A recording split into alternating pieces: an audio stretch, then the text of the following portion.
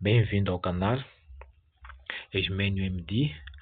Hoje vamos falar concretamente de endocrinologia. Na endocrinologia de hoje, vamos abordar sobre eixo hipotálamo, hipófise e glândulas-alvos. E gostaria de dizer que na aula de hoje vamos nos basear muito mais em imagens, né?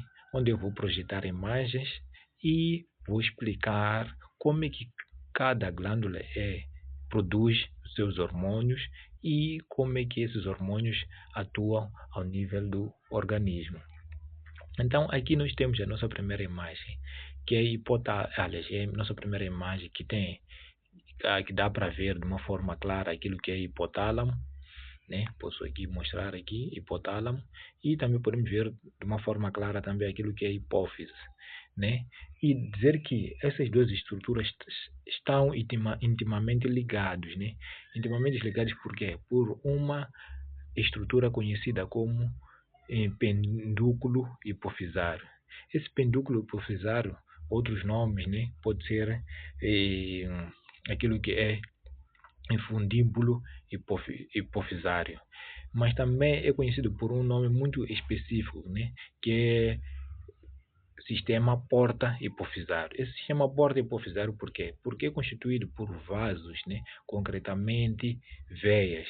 Não, esses vasos, né, permitem aquilo que é o transporte de estímulos hipotalâmicos para a região da hipófise.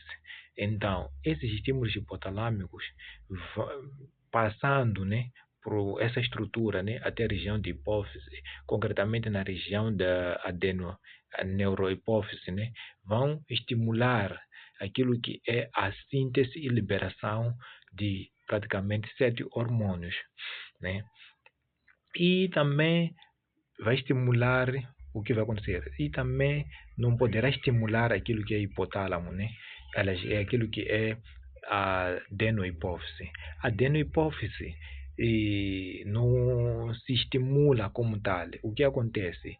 Hipotálamo produz hormônios, dois hormônios em específico, e vamos abordar mais em diante. E esses hormônios são transportados a partir dessa estrutura pendicular hipofisário para a região da neurohipófise, onde são armazenados. Então, daqui vamos falar de uma forma, né, de como é anatomicamente aquilo que é a própria glândula hipófise. Anatomicamente, a glândula hipófise, como é que é constituída? Nós sabemos que a glândula hipófise está assenta numa estrutura conhecida como célula turca. Célula turca, está aqui, a célula turca. Então, essa célula turca, né, que faz parte do osso esfenoide, então tem lá aquilo que é a glândula hipófise. Essa glândula hipófise, por sua vez, é subdividida em duas partes.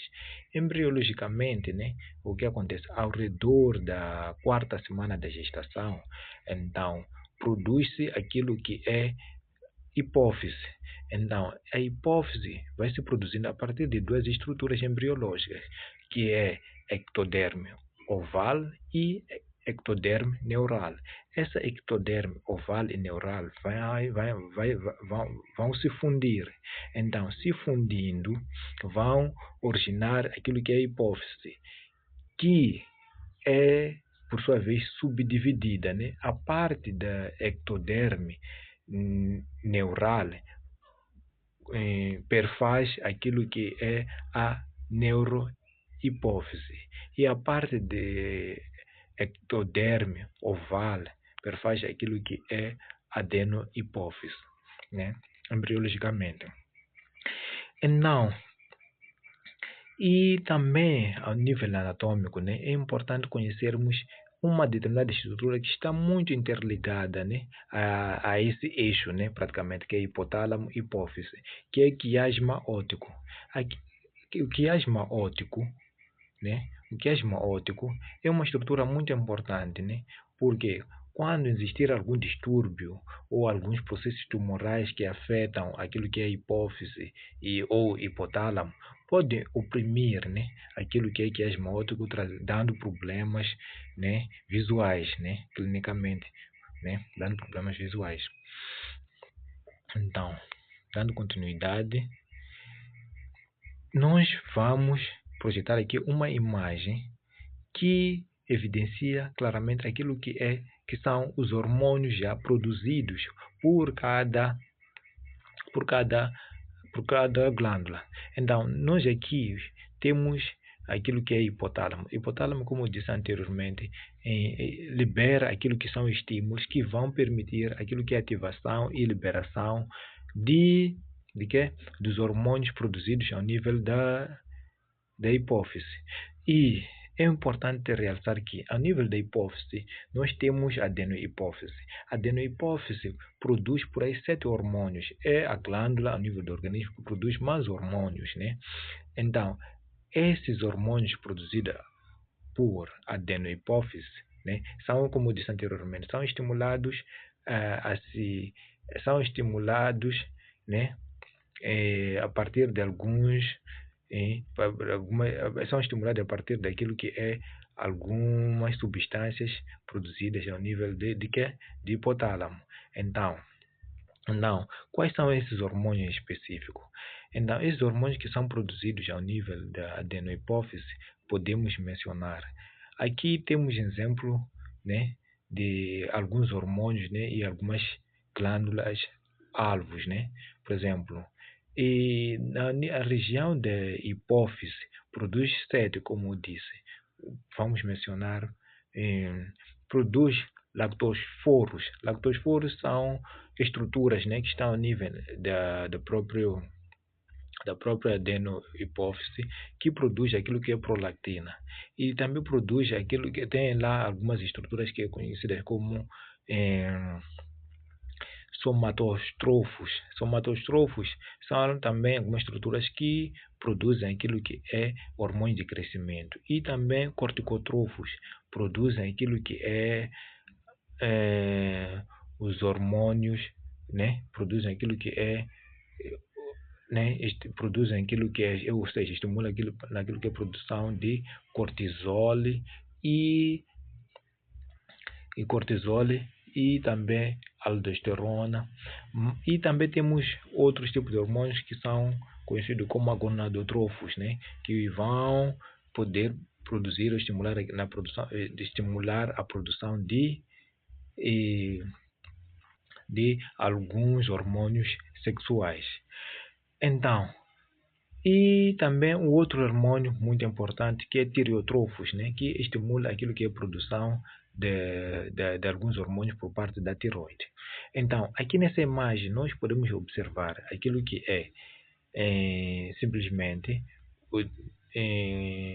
gonadotrófos, né, que vão produzir aquilo que que vão agir naquilo que é em duas glândulas. Essas glândulas são conhecidas como glândulas sexuais.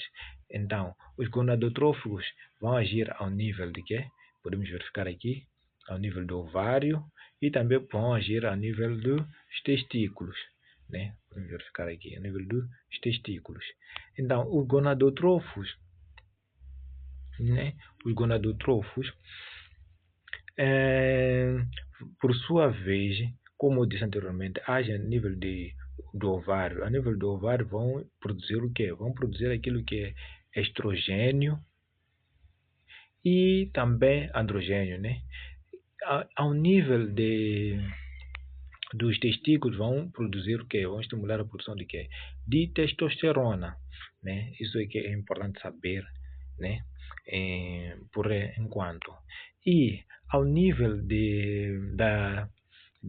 daquelas outras células, né, que produzem, que são chamadas de tireotrófos, vão estimular a produção, vai se produzir o quê? Certo hormônio que vai estimular o quê? A produção de quê? De hormônios tireoidianos. Esses hormônios tireoidianos quais são? Temos T4, né? E temos T3, né? T4 que é conhecida como trioiodotironina e T3 3 é conhecida como tirosina. Então, e também temos aquilo que é essa região aqui, que é conhecida como neurohipófise. Essa região, que é conhecida como neurohipófise, vai produzir 2 hormônios.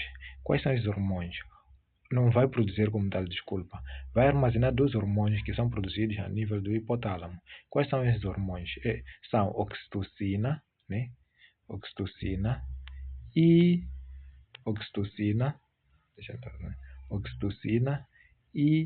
ADH. Oxitocina e ADH ou vasopressina, que vão agir, por sua vez, ao nível de quê? Ao nível de, por exemplo, a oxitocina vai agir ao nível do útero e também poderá agir ao nível das glândulas mamárias, simplesmente para permitir aquilo que é, né? Aquilo que é a secreção do leite, né? E também a vasopressina vai agir ao nível do rim, né? Permitindo aquilo que é absorção, né? Que é aquilo que é absorção de água. E também, vamos passar para uma outra imagem. Então, aqui Então, como dizia, os hormônios que são produzidos são no total 7 hormônios que eu mencionei anteriormente, né, na imagem anterior. Então, temos aqui também uma outra imagem. Nessa imagem, praticamente mostra de uma forma bem clara todos os hormônios que são produzidos ao nível de quê? De adenohipófise e também os 2 hormônios que são produzidos a nível da neurohipófise. E também mostra as glândulas alvos, né, de cada hormônio. Nós podemos observar aqui que temos a suprarrenal, né? Essa glândula aqui suprarrenal, como nós sabemos, né? Existe quais são? A nível da adenohipófise, produz aquilo que é um certo hormônio que vai estimular a glândula suprarrenal a produzir seus hormônios. Quais são? Quais são esses hormônios? São corticotróficos, né? Corticotróficos, que vão estimular a suprarrenal a produzir seus hormônios, que eu já mencionei anteriormente, que é cortisol, aldosterona, né? São exemplos de alguns hormônios que são produzidos por a glândula suprarrenal. E também temos aqui, chama-se melanotróficos, né? Esses melanotróficos também estimulam aquilo que é a pele, né? A produzir aquilo que é a própria melanina. E também temos aqui que é a glândula, né? Temos essa glândula aqui, na glândula, né? Que estimula aquilo que é que produz hormônios da neurohipófise, que produz hormônios que vão estimular esses hormônios, vão estimular esse órgão-alvo que é o osso, né? No crescimento, né? No crescimento das suas epífises, né?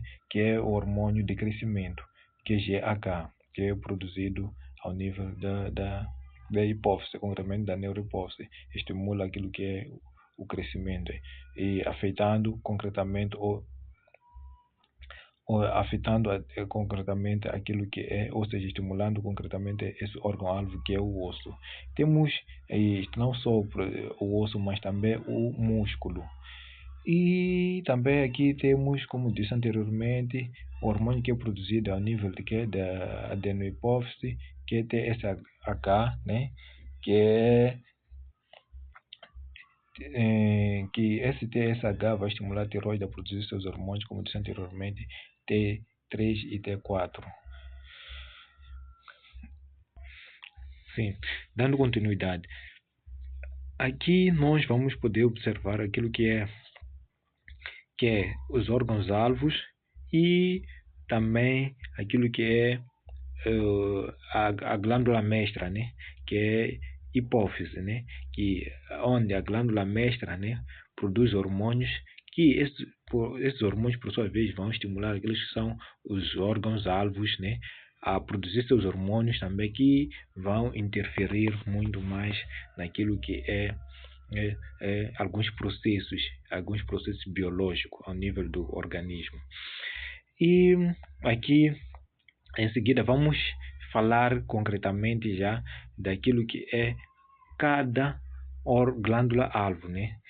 E como é que produz seus hormônios e quais são os distúrbios, né, que podem advir por déficit de produção desses hormônios, né, por cada glândula-alvo. Então, nós vamos falar concretamente da tiroide, né? Então, temos aqui uma imagem, né, da tiroide.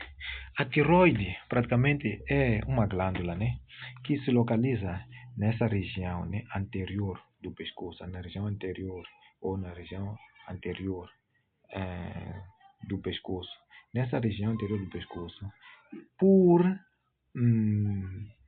a parte concretamente na parte inferior, aquilo que é a laringe, e na parte superior daquilo que é a traqueia. E essa glândula aqui tem uma característica específica que é em formato de borboleta. E a glândula é composta por dois lóbulos, né? Então temos esse lóbulo direito e temos o lóbulo esquerdo. E o lóbulo direito e esquerdo é conectado, né? São conectados os lobos por uma estrutura, né, que nós chamamos de istmo, né? E esses posteriormente, né, nessa glândula que é a tiroide, podemos encontrar aquilo que é outras glândulas, outras estruturas, estamos chamando de paratiroide, que tem praticamente outra função, que vamos abordar mais adiante. E aqui dá para ver, né, posteriormente, a glândula tem essas quatro estruturas, duas na parte inferior, duas na parte superior de cada lóbulo, né, e que são conhecidas como paratiroide. E aqui é aquela estrutura que eu mencionei aqui, istmo e lóbulo direito e lóbulo esquerdo. E essa glândula aqui, praticamente, tem um formato de borboleta e tem a função de produzir hormônios, né, que esses hormônios são chamados de hormônios tireoidianos. Então, esses hormônios tireoidianos que vão influenciar naquilo que é o processo naquilo que são processos metabólicos do organismo, e influenciando naquilo que são processos metabólicos do organismo, praticamente poderá surgir uns dois distúrbios. Quais são esses dois distúrbios? Que são hipertiroidismo, que claramente caracteriza-se por uma secreção excessiva desses hormônios. E também tem um outro distúrbio que é hipotiroidismo, que se caracteriza por uma secreção deficiente desses hormônios tiroidianos. Então, agora vamos falar praticamente daquilo que é hipertiroidismo, né? Hipertiroidismo. No hipertiroidismo, praticamente vamos ter duas, né? Vamos ter aquilo que né, dois tipos. Quais são? Podemos dizer que a doença de Graves, ou seja, a doença de Basedon Graves. Então, essa doença de Basedon Graves claramente é resultado ou surge por causa de hipertiroidismo. E também bócio multinodular tóxico, né? Surge por causa de hipertiroidismo. Então, indo concretamente em alguns sinais clínicos, né, que podemos observar para um paciente que está com hipertiroidismo, podemos observar aquilo que é pulsação mais alta, né, ou seja, a frequência cardíaca poderá aumentar, nervosismo, aumento do apetite, tremores, e perda de peso e pele úmida, né? Podemos observar praticamente esse quadro aqui num paciente com hipertiroidismo. E também podemos observar aquilo que é o bócio, né? O bócio pode surgir num quadro mesmo de hipertiroidismo, concretamente na doença de Basedon grave. E também vamos falar um bocadinho de hipotiroidismo, né? Hipotiroidismo, como sabemos, é a produção deficiente dos hormônios tireoidianos. Então, essa produção deficiente dos hormônios tireoidianos,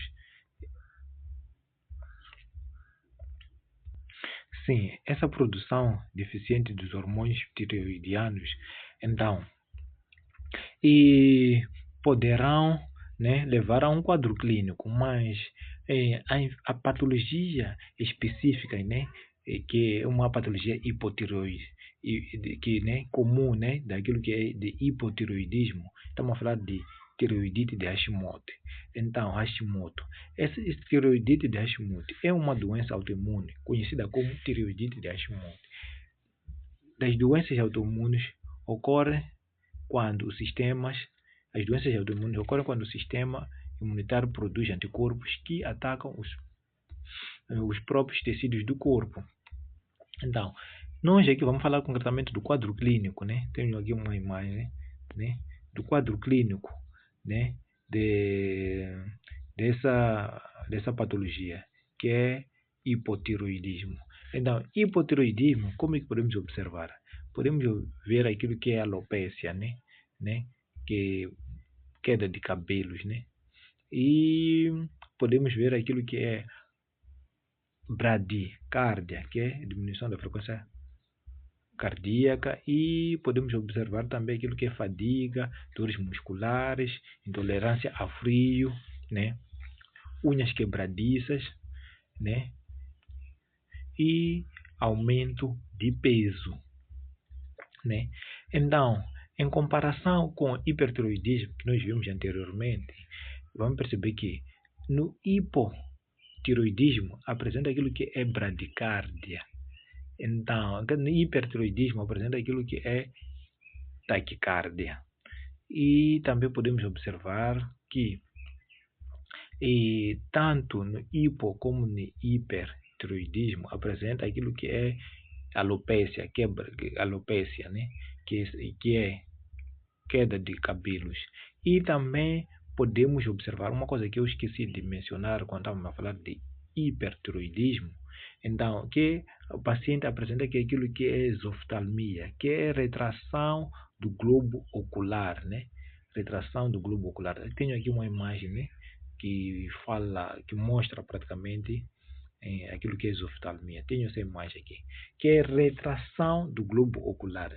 Então, essa é uma característica típica de hipertiroidismo. Voltando para hipotiroidismo. Hipotiroidismo, como já havíamos dito, apresenta aquilo que é inchaço da cara, né? Que esse inchaço de cara que eu considero como edema facial, né, nessa região.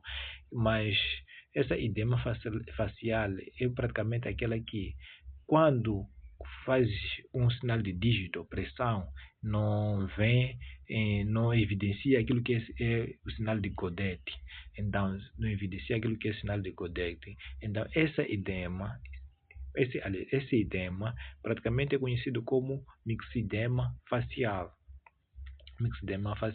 Então, continuando, nós podemos encontrar pele seca, artrite, infertilidade no hipotiroidismo, né? Hipotiroidismo. Então, nós aqui temos uma imagem, né? Estamos a dizer que, falando mesmo de mixedema que é praticamente inchaço na região da face, né? Então, esse inchaço na região da face, quando faz aquele processo de dígito-pressão, praticamente não haverá o sinal de Godete. Então, este é um sinal típico de hipotiroidismo. E também podemos observar aqui nessa figura aqui, que é alopécia, né, que é de cabelos. E vamos, depois de falarmos daquilo que é a tiroide, poderemos falar daquilo que é paratiroide. Paratiroide, praticamente, como eu tinha dito, é uma glândula, né? Mas as glândulas são praticamente dispersas, são duas glândulas, três, quatro, aliás, que estão na região posterior. Então, tem a função de quê? De produzir aquilo que é paratormônio. Esse paratormônio que vai agir ao nível de quê? Ao nível dos ossos, não só, mas vai agir ao nível dos ossos, naquilo que é absorção, né, do cálcio, né? E também poderá agir ao nível de quê? Do rim, naquilo que é absorção do cálcio, né? Ao nível dos glomérulos e ao nível do intestino, né? Também ao nível do intestino. Mas concretamente, ao nível de quê? Ao nível dos ossos, né? Não, ou seja, tem uma outra função que não é, que seja absorção daquilo que é a vitamina D a partir dos raios solares. Então, que é estimulado por raios solares, né, que permite a absorção de vitamina D na região cutânea, né, que essa vitamina D vai ser estocada ao nível dos ossos. E também essa vitamina D é importante realçar que não só é absorvido, né, a vitamina D pelo organismo via radiações solares ao nível por alguma absorção cutânea, mas também é absorvida a vitamina D por meio de certos alimentos, né, por meio da dieta. Então, como disse, se há uma quantidade reduzida daquilo que é a quantidade de cálcio ao nível da corrente sanguínea, então o que acontece? O paratormônio, né, vai estimular aquilo que é fígado, aliás, vai estimular aquilo que é rim, estimulando aquilo que é rim, né, vai permitir a nível do glomérulo, né, concretamente do duto coletor, aquilo que é a absorção do cálcio, né, e aumentando assim os níveis de cálcio a nível da corrente sanguínea que podemos observar aqui, a nível da corrente sanguínea. E também por meio de um feedback negativo, quando há muita quantidade de cálcio, então o paratormônio também vai estimular, sinalizar aquilo que é a própria glândula, né, a diminuir aquilo que é a síntese de quê? Do paratormônio. E também aqui nós temos as patologias, né, que surgem, né? Temos hiperparatiroidismo, né? E temos aqui hipoparatiroidismo, né? Então temos aqui hiperparatiroidismo e hiperparatiroidismo acontece quando os níveis de paratormônios estão acima do necessário, como o que é óbvio, né? Quase em todos os hormônios, né? Quando estão acima do necessário. E pode estar relacionada à queda de cálcio no sangue ou pelos baixos níveis de vitamina D ou magnésio, né? Uma das principais consequências que o hipertiroidismo pode causar é a formação de cálculos renais, aumento da diurese.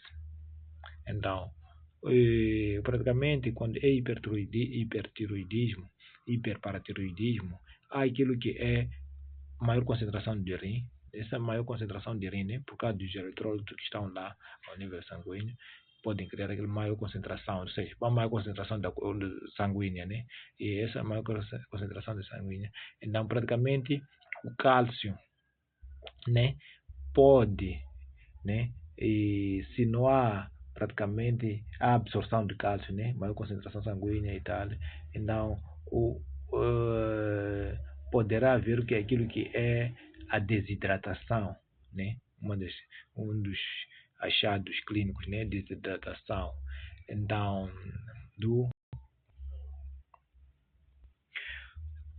Assim, continuando. Uma das principais consequências de hiperparatiroidismo pode causar a formação de cálculos renais, é o que eu estava a dizer, aumento da diurese, obstipação intestinal, úlceras gástricas e pancreáticas.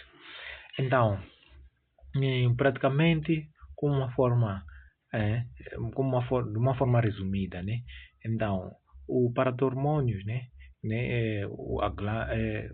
que é produzida praticamente ao nível de paratiroides, né, paratiroide, a glândula paratiroide, vai ter essa influência, que é hiperparatiroidismo, né, que é aumento da produção de paratormônio, que por sua vez vai permitir aquilo que é absorção em maior quantidade de cálcio, né, e tendo maior quantidade de cálcio ao nível da corrente sanguínea, poderá criar aquilo que é, né, praticamente aquilo que é desidratação, né, é desidratação. Então, depois existe também uma outra condição que é hipoparatiroidismo, que é a diminuição da produção de paratormônio. Esse hipoparatiroidismo, então, vai permitir aquilo que é liberação de maior quantidade, né, de cálcio ao nível renal. Então, essa maior quantidade de liberação de cálcio ao nível renal poderá criar déficit ao nível do organismo, né? E praticamente em paciente que apresenta hiperparatiroidismo tem uma clínica diferente do paciente que apresenta hipoparatiroidismo. Então, hiperparatiroidismo, nós podemos perceber aqui que apresenta aquilo que é o aumento, hiperparatiroidismo, aumento da diurese, né? Então, enquanto na outra condição, que é hipoparatiroidismo, já não apresenta aquilo que é aumento de diurese, né? Apresenta aquilo que é oligúria. E praticamente vamos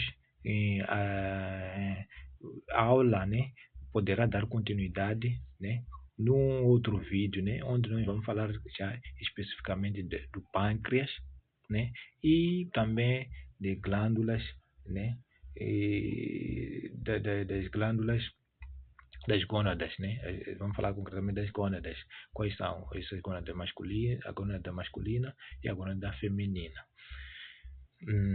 Por hoje é tudo. Aguardem pelo vídeo de continuação da aula, né, de hoje, né, que vamos falar concretamente de pâncreas e de gônadas, né, que é a gônada masculina, que é o ovário, e do testículo.